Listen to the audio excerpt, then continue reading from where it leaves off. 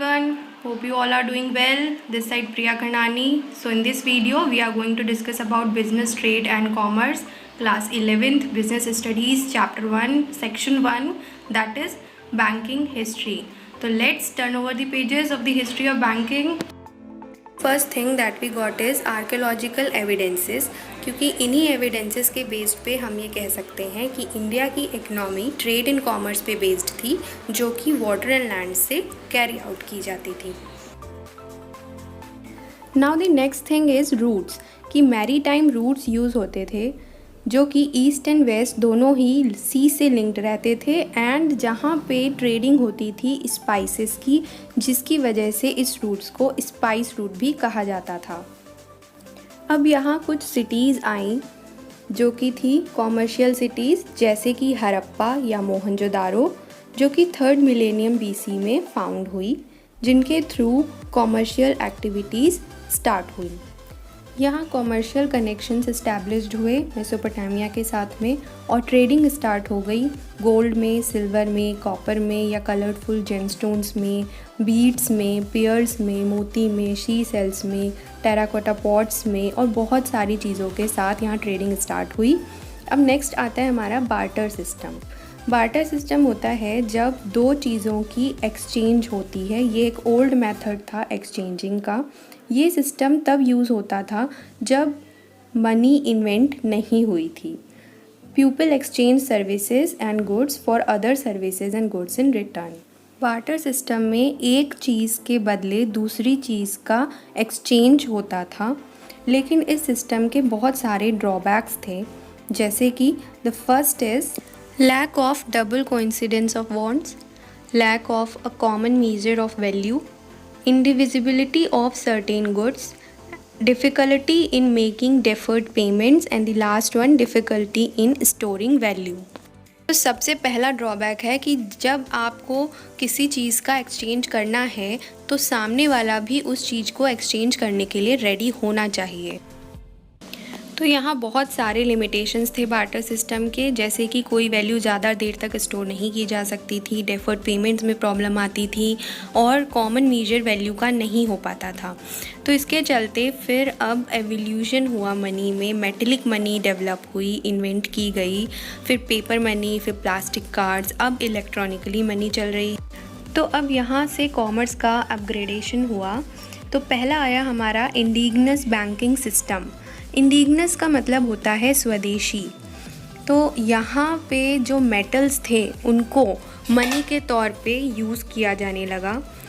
फिर लोगों की लाइफ प्रोग्रेस्ड हुई, इकोनॉमिक लाइफ बढ़ी, अपग्रेड हुई, क्योंकि मेटल्स को हम ड्यूरेबल भी कर सकते हैं, डिविजिबल भी कर सकते हैं, तोड़ भी सकते हैं, काफ़ी टाइम तक रख भी सकते हैं, तो वो मनी के तौर पे यूज़ होने लगे, जिसकी वजह से बहुत सारी इकोनॉमिक एक्टिविटीज़ भी बढ़ी हुई। अब कुछ डॉक्यूमेंट्स भी यूज़ होने लगे, जैसे कि हुंडी, चिट्ठी, ट्रांजैक्शंस कैरी करने के लिए, पैसे लेने देने के लिए, जिसमें मनी हैंड टू हैंड पास होती थी। हुंडी और चिट्ठी एक नेगोशिएबल डॉक्यूमेंट्स होते थे उस टाइम पे। नेक्स्ट, इंडिजिनस बैंकिंग सिस्टम ने बहुत बड़ा रोल प्ले किया है लोगों को मनी लेंड करने का, क्योंकि पुराने टाइम पे साहूकार या सेठ, उन्हें हम पैसे जमा करते थे, वैसे ही काम इंडिजिनस बैंकिंग सिस्टम का होता था। ये बैंकिंग सिस्टम लोगों को पैसा उधार देता था और डोमेस्टिक और फॉरेन ट्रेड को फाइनेंस करता था, पैसे देता था उन्हें ताकि वो अच्छे से ट्रेडिंग कर सकें। अब धीरे धीरे बैंकिंग में डेवलपमेंट होने लगा। जैसे ही डेवलपमेंट हुआ वैसे ही लोगों ने अपने बहुत प्रीशियस मेटल्स लेंड करने शुरू किए, मतलब उधार पे देने शुरू किए लोगों को, जो कि बैंकर्स और सेठ की तरह फंक्शन करते थे। एग्रीकल्चर और डोमेस्टिकेशन जो होता था एनिमल्स का, वो सबसे इम्पॉर्टेंट कंपोनेंट था इकोनॉमिक लाइफ का एंशिएंट पीपल्स का, जिसके थ्रू वो अपनी इकोनॉमिक लाइफ फुलफ़िल करते थे। इसके साथ साथ बहुत सारी एक्टिविटीज़ करते थे, जैसे कि वीविंग, बुनाई करना, कॉटन की, डाइंग फैब्रिक्स को कलर करना, making clay pots, utensils, handicrafts, sculpting, cottage industries, masonry, manufacturing, transports या कोई चीज़ उत्पन्न करना, बनाना, हैंडीक्राफ्ट, हाथों से बनाना, ये सारी बहुत सारी चीज़ें करके वो सेविंग्स करते थे अपने फर्दर इन्वेस्टमेंट्स के लिए।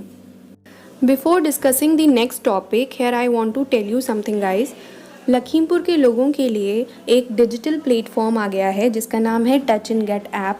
इस ऐप के थ्रू आप घर बैठे बहुत सारी सर्विसेज अवेल कर सकते हैं, like for shopping, ordering and much more things.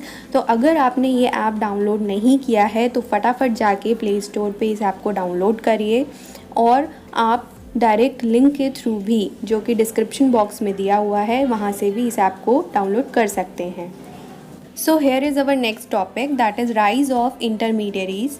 जैसे जैसे बैंकिंग में डेवलपमेंट हुआ वैसे ही इंटरमीडियरीज का भी अपग्रेड होना शुरू हुआ। इंटरमीडियरीज वो एजेंट्स या कॉन्ट्रैक्टर्स, मिडिल पर्सन्स होते हैं जो कि गुड्स और सर्विसेज की सप्लाई करते थे कस्टमर तक, और उन्हें बहुत सारी वैल्यू एडेड सर्विसेज भी देते थे, जैसे कि इंश्योरेंस है, फाइनेंशियल सर्विसेज है, मॉर्टगेजेस हैं जो हम चीज़ें उधार पे देते हैं, या ब्रोकर्स हैं। तो ये सब एक इंटरमीडियरी का काम करते थे ट्रेडिंग्स में, जो कि ट्रेडर्स को बहुत सारी चीज़ें प्रोवाइड करते थे, like for example insurance companies, जो कि बहुत सारे बेनिफिट्स देते थे ट्रेडर्स को ताकि वो अपना बिजनेस स्मूथली फंक्शन कर सके।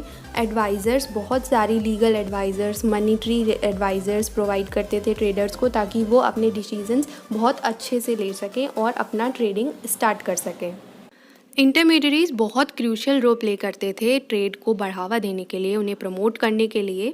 ये फाइनेंशियल सिक्योरिटी भी प्रोवाइड करते थे मैन्युफैक्चरर्स को ताकि उनका रिस्क कम कर सकें और वो अपना बिजनेस स्मूथली फंक्शन कर सकें। ज़्यादातर स्पेशली इन फॉरेन ट्रेड्स उसको बढ़ावा देने के लिए इंटरमीडियरीज बहुत आगे रहते थे, जैसे कि कमीशन एजेंट्स हैं, ब्रोकर्स हैं, होलसेलर्स, रिटेलर्स एक्सेट्रा।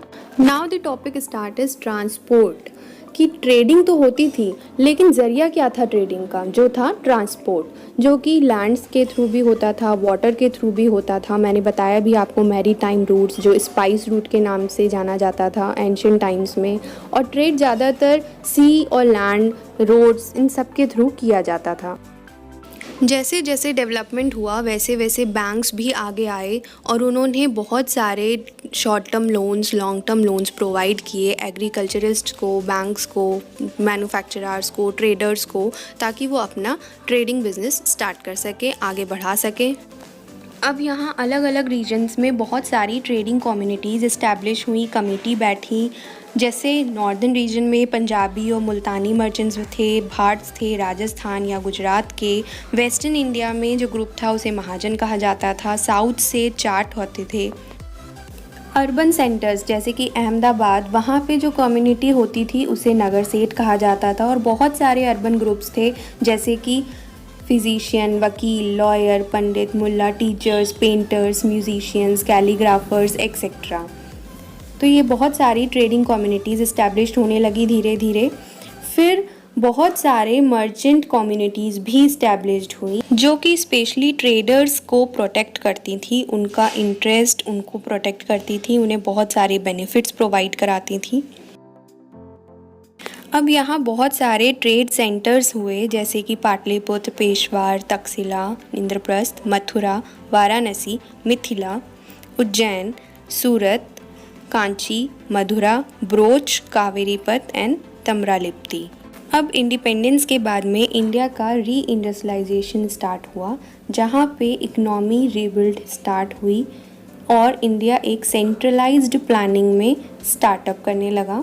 लेकिन बहुत सारे एफर्ट्स के बाद भी इंडिया की इकोनॉमी इतनी डेवलप नहीं हो पाई एट रैपिड पेस, क्योंकि कैपिटल फॉर्मेशन का लैक था। कैपिटल फॉर्मेशन नहीं हो पाती थी, पॉपुलेशन में राइज होता था, बहुत सारे डिफेंस और इंफ्रास्ट्रक्चर पे एक्सपेंडिचर होते थे, जिसकी वजह से इंडिया ने फॉरेन सोर्स से बोरोइंग्स करनी शुरू कर दी और वो बहुत ज़्यादा होने लगी borrowings. But now in today India की इकनॉमी फास्टेस्ट ग्रोइंग इकनॉमी में काउंट की जाती है और इंडिया फॉरेन डायरेक्ट इन्वेस्टमेंट को भी प्रेफर करता है। बहुत सारे इनकम्स में राइजिंग आए, सेविंग्स हुई, लोगों ने सेविंग्स करना स्टार्ट किया, बहुत सारी इन्वेस्टमेंट अपॉर्चुनिटीज़ दी गई गवर्नमेंट्स के द्वारा लोगों को, जिससे डोमेस्टिक कंजम्पशन इंक्रीज़ हुआ और बहुत यंगर पॉपुलेशन को ग्रोथ मिली आगे के डिकेड्स के लिए। गवर्नमेंट ऑफ इंडिया ने बहुत सारे इनिशिएटिव्स, बहुत सारी न्यू बिगनिंग्स स्टार्ट की, जैसे कि make in India, skill India, digital India और बहुत सारी FTP फॉरेन ट्रेड पॉलिसीज़ में भी रोल आउट किया, जिसकी वजह से इकनॉमी में एक्सपोर्ट एंड इंपोर्ट में बहुत एक्सपेक्टेड हेल्प हुई है और ट्रेडिंग बैलेंस हुई है। तो ये था हमारा सेक्शन 1 इस चैप्टर का। अब सेक्शन 2 होगा जिसमें बिज़नेस के बारे में बात करेंगे, जो कि नेक्स्ट वीडियो में आपको मिलेगा। Thanks for watching this video. If you like this video, please do hit like the button and don't forget to subscribe our channel.